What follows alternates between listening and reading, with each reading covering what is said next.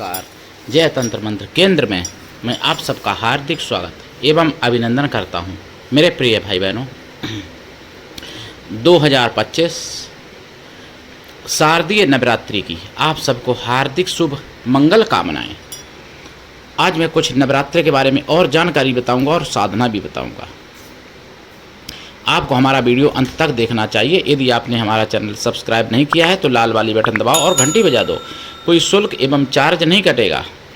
आप हमारे वीडियो को फेसबुक पर, व्हाट्सएप पर, ट्विटर अकाउंट के माध्यम से और इंस्टाग्राम पर अधिक से अधिक शेयर करें। लाइक और कमेंट करना भी आपका धर्म है। दुनिया में जिसका कोई नहीं, मैं उसका हूँ। यदि आपको अपनों ने धोखा दिया है अथवा आपको परायों ने धोखा दिया है तो आप एक बार मुझे अवश्य आजमाएं। हमारा मोबाइल नंबर है 9305 63 71 73। हमसे बात करने का टाइम भारतीय टाइम के अनुसार दिन में दोपहर 12 बजे से 2 बजे के बीच का है। यदि आप सच्चा पवित्र निस्वार्थ दिव्य प्रेम पाना चाहते हैं अथवा आप सच्चा पवित्र निस्वार्थ दिव्य प्रेम देना चाहते हैं तो आपका स्थान मेरे लिए मेरे प्राणों से भी करोड़ों गुना ऊपर है। और नंबर भाई 9305 63 71 73। इसी नंबर पर कॉल करें। मैंने कोई दूसरा नंबर नहीं दिया है। आजमा के देखो, मुझे आजमाने से ही पता चलेगा। मेरे प्रिय भाई बहनों, सोचने को कहने को तो कोई कुछ भी कह सकता है, कोई कुछ भी सोच सकता है, लेकिन आजमा के देखो आप कोई निराशा नहीं होगी, आपको निराशा नहीं लगेगी हाथ। मेरे प्रिय भाई बहनों, मैं राष्ट्रीय अध्यक्ष कृष्ण दल एवं महामंडलेश्वर आप सबसे निवेदन करता हूं, यदि आप मानवतावादी हैं अथवा आप सनातनी हैं तो मुझसे अवश्य जुड़ें। यदि आप में योग्यता हुई तो मैं आपको पदाधिकारी भी बनाऊंगा अपने संगठन कृष्णा दल में। ये कृष्णा दल हमारा आपका सबका एक परिवार है। आप देश विदेश में, विश्व के किसी भी कोने में रहते हैं, कोई बात नहीं, आप हमसे परिवार की तरह जुड़ सकते हैं। किसी भी जाति धर्म से कोई दिक्कत नहीं, आप हमारे दिए ज्ञान से भरपूर लाभ उठा सकते हैं। मेरे प्रिय भाई बहनों, नवरात्रि की जानकारी और साधना से पहले मैं कुछ ज़रूरी बात बताना चाहता हूँ। मैंने जैसा कि कहा कि पहले मुसलमान हिंदुओं को निपटा देंगे ताकि बाद में फिर आप उसमें ही लड़े मरेंगे।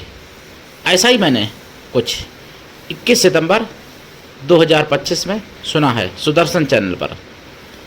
मैंने विदेशों की अभी तक चर्चा की थी कि वहाँ जब हिंदू नहीं है तो वहाँ आप उसमें ही लड़ते हैं, लेकिन भारत में भी ऐसा हो रहा है। शामली कैराना के बीच में कोई गांव है, शायद कांगला ऐसी कुछ नाम है उसका, कानला या कांगला या कांदला ऐसा ही कुछ नाम है, मैं सही से नहीं याद है। तो उस गांव में हिंदू को जब पलायन करवाने में कोशिश की, सबने हिंदुओं को पलायन करवाया, काटा मारा। अब वहाँ केवल मुस्लिम बचे। जब मुस्लिम बचे तो जो पठान समाज के मुसलमान हैं वो अपनी और अंसारी समाज वालों को अपनी कब्रिस्तान में दफनाने नहीं देते। और यह बहुत बड़ा मुद्दा हो जाता है, तब सुदर्शन पाता है। सुदर्शन पर कोई ऐसे ही नहीं आ जाता। तो 21 सितंबर को बिंदास मॉल में काफ़ी लोग जुड़े थे सुदर्शन चैनल पर, गेस्ट पैनल उनका, मुसलमान भाई लोग जुड़े थे सब, और आपस में अपनी बातचीत कर रहे थे। सुरेश चौहान जी थे और सब मुसलमान भाई थे, कोई एक्स मुस्लिम थे, कोई मुस्लिम थे। तो वहाँ पे दफनाने नहीं दिया जाता, मारपीट की जाती, ताला बंद कर दिया जाता और उनको दफनाने नहीं दिया जाता। पुलिस वालों से भी शिकायत की। पुलिस वाले जब गए कहा कि दफनाओ, और बाद में दफनाने नहीं दिया, ऐसा सब बता रहे थे वहाँ पर। तो वहाँ आपस में ही लड़ते हैं। इसीलिए मैं कहता हूँ कि केवल लड़ाई का मजहब है। हिंदुओं जागो, चेतो। आप मोदी में कभी निकालते रहो, आप योगी में कभी निकालते रहो, तब तक तुम्हारे घर पर भीड़ आएगी, तुम्हारा भी वही करेगी जो बांग्लादेश में हुआ। अरे भाई, मोदी योगी को देखो, मैं भी कहता हूँ मोदी बहुत गलत है, ठीक, योगी बहुत गलत है, मान लो, मैं मान लेता हूँ। लेकिन फिर ये बताओ, आप विकल्प किसको बनाओगे? योगी मोदी की जगह आप किसको वोट दोगे?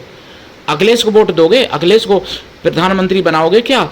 जिन्होंने मतलब गोली चलवाती हिंदुओं पे राम मंदिर में, जब राम मंदिर नहीं बना था उससे पहले 90-92 के दशक में गोली हिंदुओं पे चलवा दी थी। उसमें यादव भी हिंदू मारे गए थे, सभी जातियों के हिंदू मारे गए, तो उसमें जात पूछ के नहीं गोली चलवाई थी क्या? राहुल गांधी को प्रधानमंत्री बनाओगे? जो देश को जलाने की हमेशा सोचते हैं और परंपरागत सोचते हैं। महात्मा गांधी की देन है जो आज, और जवाहरलाल की देन है जो बांग्लादेश और पाकिस्तान भारत से अलग हो गया, भारत के टुकड़े करवा दिए, और भारत में भी 370 धारा लगवा दी थी जो मोदी नहीं हटा के दी है मेरे भाई बहनों। राम मंदिर 500 बरस से नहीं जो बन पा रहा था, मोदी नहीं बना के दिया है मेरे भाई बहनों, योगी मोदी नहीं दिया है। योगी मोदी को इसका श्रेय जाएगा, तो ये भी तो याद रखो। 370 35A ये मोदी नहीं हटा के दिया है। 3 तलाक वाला मुद्दा, यानी 3 तलाक पे हल मोदी नहीं करके दिखाया है मेरे भाई बहनों। सड़कें और जो भी भारत 10वें 12वें स्थान पे था, आज 3रे स्थान पे इस समय भारत है, और 4थे स्थान पे पहुंचने की मतलब 4थे स्थान पे 3रे स्थान पे पहुंचने की कगार पे, 4थे स्थान पर भी है ना भारत, 3रे स्थान पे पहुंचने की कगार पे आर्थिक स्थिति में पूरे विश्व में। तो ये मोदी की देन है मेरे भाई बहनों। हाँ, मोदी मुसलमानों के लिए ठोस कदम नहीं उठाते, ये बात सत्य है। हिंदू अगर कोई लाठी लेके खड़ा हो जाता उसको जेल के अंदर डाल देती, ये बात सत्य है। ये क्यों है? इसलिए है मेरे हिंदू भाई बहनों, इसमें मोदी योगी का दोष नहीं है, इसमें दोष हमारा तुम्हारा है। क्या है? हम तुम एकजुट नहीं हो पाते। मोदी योगियों को केवल वोट चाहिए ना, सभी सरकारों को वोट चाहिए, क्योंकि मालूम है भाई 5 साल के लिए आए हैं, उसके बाद जाना है। तो अगर हिंदू पूरे एकजुट हो जाएं तो मोदी योगी की तो बात ही छोड़ दो, वो तो हिंदूवादी हैं ही। खैर सरकार, कांग्रेस भी, आम आदमी पार्टी भी, सपा बसपा भी, या तृणमूल कांग्रेस यानी TMC भी, और NCP भी, सारी पार्टियां केवल हिंदुओं को ही आगे झुकेंगी और हिंदुओं को सिर पर उठा के घूमेंगी। कब? जब सब हिंदू एकजुट हो जाएगा। तो आप तो भाई भाई से लड़ते हो, भाई भाई में एकता नहीं। आप अपने माँ बाप को नहीं खिला पाते हो, अनाथालय में भेज देते हो। मुसलमानों को कभी देखा अनाथालय में भेजते हुए माँ बाप को? अनाथालय में भेजने वाला हिंदू ही होता है। माँ बाप को अनाथालय में भेजने वाला, गलत अश्लील डांस, अश्लील रील बनाने वाला हिंदू ही होता है। हिंदू ही औरतें होती हैं ज़्यादातर, और हिंदुओं के बच्चे कम होते हैं, लेकिन फिर भी अपहरण भी हिंदुओं को ही बच्चों को होता है। अंग जो मैंने बताए थे, कई अंग जो सप्लाई होते हैं वो हिंदुओं की लड़कियों औरतों के होते हैं, सप्लाई अंग बेचे जाते हैं। तो ये कमियां क्यों नहीं अपने अंदर भाई मेरे देखने की कोशिश करते? भाई बहनों, ये कमियां दूर करने की कोशिश करो ना। योगी मोदी कुछ नहीं करेंगे, योगी मोदी तो अभी हैं, चले जाएंगे, कोई दूसरा आएगा, वो भी चला जाएगा, कोई और आएगा। सरकारें तो आती रहेंगी जाती रहेंगी। जब तक आप एकजुट नहीं होगे तब तक कुछ नहीं होने वाला। मोदी योगी कुछ नहीं करने वाले। CA मैं देखा था ना, मोदी तो CA ला रहे थे, मुसलमान एकजुट होकर दिल्ली को बंधक बना लिया वहाँ पर, और वहाँ कितने करोड़ लोग रहते हैं दिल्ली में, और वो सब कैद हो गए। लेकिन मुसलमान उनसे ज़्यादा तो नहीं थे, जितने दिल्ली के निवासी हैं उनसे ज़्यादा तो मुसलमान नहीं थे, लेकिन फिर भी बंधक हो गए, कैद हो गए, और कुछ नहीं करे। अपना कोई मोदी की बुराई करता रहा तो कोई मोदी की बड़ाई करता रहा। उसके बाद में सरकार को झुकना पड़ा CA के आगे, NRC के आगे झुकना पड़ा। NRC CA वापस लेनी पड़ी, नहीं ला पाए थे। तो ये सब अपने अंदर कमियां हैं भैया। मुसलमानों में डबल तिबल बार वोट देती हैं औरतें, बुरखा पहन के, बदल के, सियाही हाथ की छुटा के। हिंदू भी, मतलब वो मुसलमान जेंट्स भी देते हैं। हिंदू वोट के समय पे छुट्टी बनाने चला जाता है। साहब बताइए, सरकार किसकी सुनेगी? वो 30 करोड़ भारत में होकर के और सरकार को झुका लेते हैं। तुम 100 करोड़ होकर भारत में नहीं झुका पाते हो सरकार को। मोदी योगी क्या दोस्त दोगे? दोस्त तो अपने अंदर है ना मेरे भाई बहनों। मोदी योगी जहाँ पे गलत है मैं गलत बोलता हूँ उनको, उन्होंने नहीं किया हिंदुओं के लिए ज़्यादा कुछ, लेकिन और कोई ऐसा नहीं है जो हिंदुओं के लिए करने वाला हो। कांग्रेस तो ऐसा बिल ला रही थी जो कि जैसे मान लो उदाहरण के तौर पे कि मैं मुस्लिम हूँ और आप हिंदू हो, और मैंने आपके खिलाफ मतलब FIR कर दी कि मयंक से मुझे खतरा है मेरे भाई। पुलिस आएगी, मयंक को उठा ले जाएगी, 2 साल तक जमानत नहीं होगी, घर वालों को पता नहीं रहेगा मयंक कहाँ गए, मतलब कौन सी जेल में गए। धारा बैंक को बताई नहीं जाएगी, कौन सी धारा लगाएंगे। घर वालों को धारा बताई नहीं जाएगी, घर वालों से मुलाकात नहीं होगी, 2 साल बाद बैंक को छोड़ दिया जाएगा। यानी किसी भी हिंदू के लिए ऐसा हो सकता था, किसी भी मुसलमान, कोई भी। अब आपकी और हमारी सामने सामने दुकान है मान लो, और आपसे मेरी कोई बुराई नहीं है, और मैंने ईर्षा बस आपके नाम रिपोर्ट लिखा दी, पुलिस उठा के ले गई। 2 साल बाद जब आप आए, आपका 2 साल में पूरा व्यापार ख़त्म और पूरा पैसा ख़त्म परिवार में जो जमा था, और हम 2 साल में इतना आगे बढ़ गए। 2 साल बाद अगर मेरे आप नीचे रहे तो ठीक, नहीं तो फिर मैंने पहुंचा दिया 2 साल के लिए। तो अगर ऐसा बिल अगर सरकार कांग्रेस की पास कर देती, 2 बार पूरा प्रोसेस हो गई थी, बस तीसरी बार आती सोई पास हो जाता, पूरी सब कुछ बन चुका था, 2 ही बार में हो जाता। लेकिन सुषमा स्वराज ने विरोध कर दिया था वहाँ पर, जो विपक्ष में बैठी थी। फिर अशोक सिंघल जी ने कहा कि हम लोगों को सबको कि जगाओ घर घर जाके, तब मोदी को लाया गया मेरे भाई।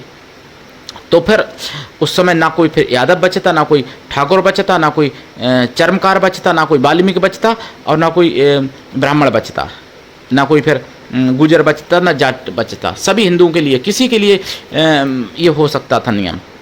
दुकान से खतरा है जहाँ दुकान, खेत में खतरा है खेत, जहाँ जिससे खतरा, घर में कुछ नहीं तो 2 साल के लिए सभी के नाम लिखा देते रिपोर्ट, पूरा परिवार चला गया हिंदू का। अब 2 साल बाद आप आते तो क्या करते, या तो फिर खुदकशी कर लेते, या फिर मुस्लिम धर्म अपना लेते। तो आज हम आप मुस्लिम नहीं होते, आप मेरे भाई मयंक भाई, आप मयंक नहीं होते, इस समय आप मोहम्मद कुछ होते, मोहम्मद आसिफ या मोहम्मद आरिफ या मोहम्मद कुछ ऐसे होते मेरे भाई। हम भी प्रेम सागर नहीं होते, परवेज होते या कुछ और होते, समझ रहे मेरे भाई। तो ये बात समझो, बहुत कुछ षड्यंत्र हो रहा है हिंदुओं के प्रति। हम लोग आपस में ही प्रिय भाई बढ़ जाते हैं, लड़ते हैं, आपस में ही कमियां निकालने लगते हैं एक दूसरे की। हालांकि मैं आपको अकेले नहीं कह रहा हूं मयंक भाई, मैं सभी हिंदुओं की बात कर रहा हूं, मैं स्वयं अपनी बात कर रहा हूं। मैं मोदी की बुराई करने लगता कभी कभार, मैं भी बुराई करता हूँ मोदी की, कभी कभार जरूरत पड़ती है तब। लेकिन वहाँ पर वो लोग गलत के साथ खड़े हो जाते हैं, इसलिए वो लोग सक्सेस हैं। मुसलमान लोग, ईसाई लोग भी गलत के साथ खड़े हो जाते हैं अपने, इसलिए वो सक्सेस हैं। हम लोग अपने अच्छे के साथ नहीं खड़े हो पाते। जैसे टी राजा ने कुछ बोल दिया तो उनको निकाल दिया पार्टी से, अगर नूपुर शर्मा ने कुछ बोल दिया तो उनको निकाल दिया, और कोई कुछ बोल देता है तो निकाल देते हैं। अगर हम कुछ बोल देंगे तो पता चले हम ही को डाल दें अंदर। तो ये बीजेपी में भी कमी है, और इसीलिए बीजेपी को 2024 में मज़ा चखा दिया था, मज़ा चखा दिया था कांग्रेस ने। लेकिन फिर भी बीजेपी अगर नहीं चेती आगे तो 29 में बीजेपी फिर नहीं आ पाएगी, अगर नहीं जागी, नहीं चेती तो ये बीजेपी को भाई मंथन करना चाहिए। मैं बीजेपी का कोई प्रवक्ता तो हूँ नहीं जो भैया बीजेपी का पक्ष करूँ, लेकिन हमारा आपका कर्तव्य क्या है, हम आप एकजुट हों, संगठित हों, और वही 4 चीज़ें अपनाएं। सबसे पहले परिवार बड़ा करें, दूसरे नंबर परिवार को संस्कार दें अच्छे, तीसरे नंबर पर हम शास्त्र पढ़ें और पढ़ाएं, और चौथे नंबर पर हथियार रखें और बच्चों को चलाना सिखाएं, खुद भी चलाना सीखें। यही 4 उपाय जो कर लेगा तो बचाया जा सकता है भारत को और सनातन को। नहीं तो मेरे भाई बहनों, न तो आप बचोगे, न हम बचेंगे, न तुम बचोगे, न तुम्हारा परिवार बचेगा, न तुम्हारी पत्नी, न तुम्हारी बहन, न बेटी, न माँ, कोई नहीं बचेगा। सबका बलात्कार होगा, तुम्हारी आंखों के सामने होगा, जैसे बांग्लादेश में हुआ हिंदुओं के साथ 24 में, मुर्शिदाबाद में भी हुआ, पश्चिम बंगाल में, शामली कैराना में भी देख लेना, यूपी में, वहाँ भी ऐसा चल रहा है। मेवात में हो रहा है हिंदुओं के साथ, जहाँ इनकी संख्या ज़्यादा बढ़ जाती है वहाँ पर। और अब तो मैंने सुना है सुदर्शन चंद्र प्रभा डबल इंजन की सरकार, लेकिन फिर भी हालांकि पकड़े जा रहे, जहाँ डबल इंजन की सरकार वहाँ पकड़े नहीं जा रहे, वहाँ खुलेआम कितना चलता होगा आप समझो। रोज़ाना न्यूज में सुदर्शन सुनता हूँ, कहीं अमरोहा में, कहीं सहारनपुर में, तो कहीं मुजफ्फरनगर में, तो कहीं गौकसी वाले पकड़े जा रहे, गौकसी होती हुई पकड़ी गई, कहीं गौ मांस पकड़ा गया, कहीं कुछ। तो जहाँ भाजपा की सरकार वहाँ पकड़े तब भी जा रहे, लेकिन और जगह वहाँ तो गौ मांस खुद ही खा के वो लोग दिखाते हैं उनको खुश करने के लिए। तो फिर भैया ये भी बात समझो। और दूसरी बात, मैंने कन्नौज की घटना मैं बता रहा हूँ आपको, यूपी का कन्नौज डबल इंजन की सरकार, वहाँ शुक्रवार को यानी 19 सितंबर को जुमा की मस्जिद, अब मतलब जुमा मस्जिद में नमाज के बाद, जुमे की नमाज के बाद बिना परमिशन के मतलब जलूस निकाल दिया मुसलमानों ने, और सर तन से जुदा के नारे लगवाए। जबकि मैंने भी एक बार या कई बार मतलब रैली निकाली होगी, जब भी तो मैंने बिना परमिशन के कभी नहीं निकाली। हम परमिशन लेते हैं सरकार से, डीएम से लेते हैं परमिशन, डीएम से लिखा के फिर थाने में वो एप्लीकेशन देनी पड़ती है। तो फिर पुलिस वगैरह भी साथ रहती है जुलूस में, और कोई दिक्कत ना है सभी प्रकार की, इसलिए पुलिस अपना कर्तव्य करती है। लेकिन उन्होंने कोई परमिशन नहीं लिए, जुलूस निकाला और सर तन से जुदा के नारे लगाए हिंदुओं के, और अपने थोड़ी करेंगे। तो अब आप खुद ही समझ लो, वो एकजुट हैं तभी तो वो सबको हिला देते हैं, सरकार को हिला देते हैं, किसी को। और हम एक परिवार में एकजुट नहीं, पहले तो परिवार में एकजुट हो, फिर पास पड़ोस में, मोहल्ले में एकजुट हो, फिर ग्राम नगर में एकजुट हो, तहसील में, जिला में एकजुट हो, प्रदेश में। हम कई भाषाओं में लड़ रहे हैं कि ये भाषा हमारी अच्छी, ये भाषा हमारी, कई जातियों में लड़ रहे हैं, ये जाति श्रेष्ठ, ये जाति के प्रति ऐसे कैसे बोल दिया। हिंदुओं को मूर्ख बनाने लड़ाना बहुत सरल है। मैंने कई बार आपको बोला, पाकिस्तान में पकड़े गए थे, एक ही आदमी एक कमरे में 10 आईडी से उसकी थी। कभी गुजर बन के जाटों को, कभी जाट बन के गुजरों को गाली देता था, कभी ब्राह्मण बन के शूद्रों को गाली देता था, कभी दलित बन के ब्राह्मणों को गाली देता था, कभी ठाकुरों को गाली देता था, कभी ठाकुर बन के दलितों को गाली देता था। पकड़ा गया था, पाकिस्तान में था। एक ही आदमी 10 आईडी से काम कर रहा था अपना खेल, और हिंदू मूर्ख बने जा रहे, लड़े जा रहे जात में, ये जात यार कैसे बोल दिया तुमने मेरे प्रति। अरे मूर्खता तो हम में अब है ना भैया, भाई बहनों, क्या कहें। मैं सरकारों को कैसे दोष दूं, पहले तो हम अपना दोष देख लें मेरे भाई बहनों। बहुत दुख होता है मुझे जब हिंदू अब आपको बता दूं, मैं एक घटना में बता रहा हूं, अपनी सच्ची घटना। मेरे एक बहुत प्रियजन जिनको मैं प्राणों की तरह मानता हूं, प्राणों से ज़्यादा मानता हूं, ऐसे समझ लो, उनसे मेरी बात हुई 21 सितंबर को। उन्होंने कहा कि मोदी ने पंजाब डुबा दिया। हमने क्यों? कि वो जगह मांग रहे थे, जगह नहीं दी तो नकली बारिश करा के पंजाब डुबा दिया। अब बताइए नकली बारिश कराने में कितना पैसा खर्च होता है। नकली बारिश दुबई जैसे देशों में या बड़े बड़े देशों में लोग इमरजेंसी में कराते हैं, जब जान खतरे में होती है तब जनता की। नकली बारिश कराने में कितना पैसा खर्च होता है, तो भारत वाले नकली बारिश करा के पंजाब को डुबाएंगे। और फिर दूसरी बात, बादल और सब कुछ दिखता नहीं है क्या? और बारिश पूरे विश्व में हो रही थी, रूस में, चीन में, पाकिस्तान में, अफगानिस्तान में, ब्राज़ील में, ना जाने कहाँ कहाँ, अमेरिका में भी। तो न्यूज़ ही बिल्कुल नहीं पता चलती, ऐसी फेक न्यूज़ वाले कहा उन्होंने कि नकली बारिश करा दी भैया।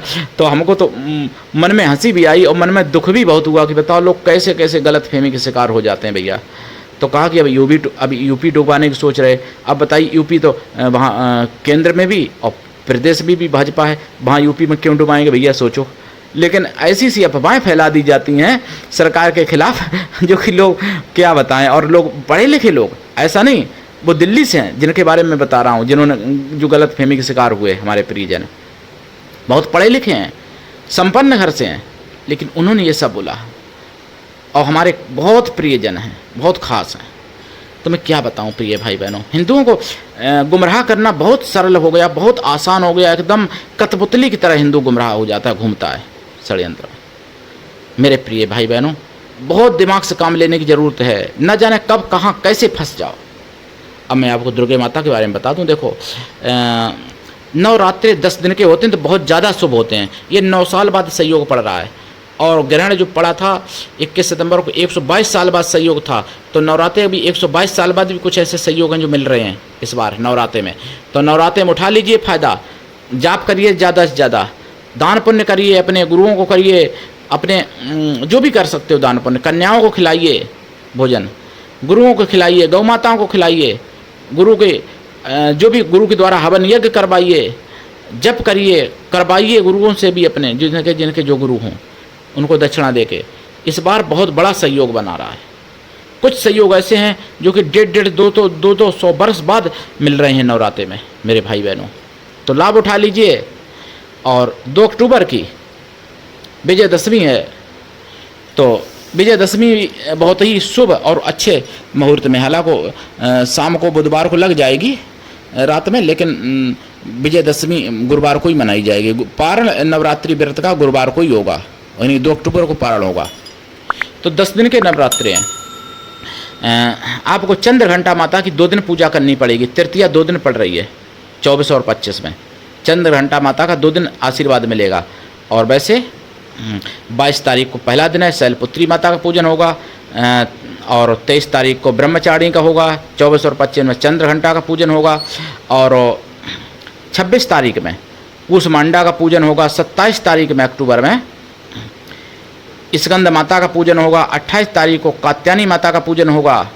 और 29 तारीख को काल रात्रि का पूजन होगा। 30 तारीख को महागौरी का पूजन होगा। और 1 अक्टूबर को सिद्धदात्री का पूजन होगा। और 2 अक्टूबर को अपराजिता का पूजन करके व्रत का पारण होगा। मेरे प्रिय भाई बहनों, पूजन में मैं दिशा क्या बताऊं? दिशा तो भाई उत्तर या पूरब, आसन भाई लाल या पीला, लाल सबसे अच्छा है।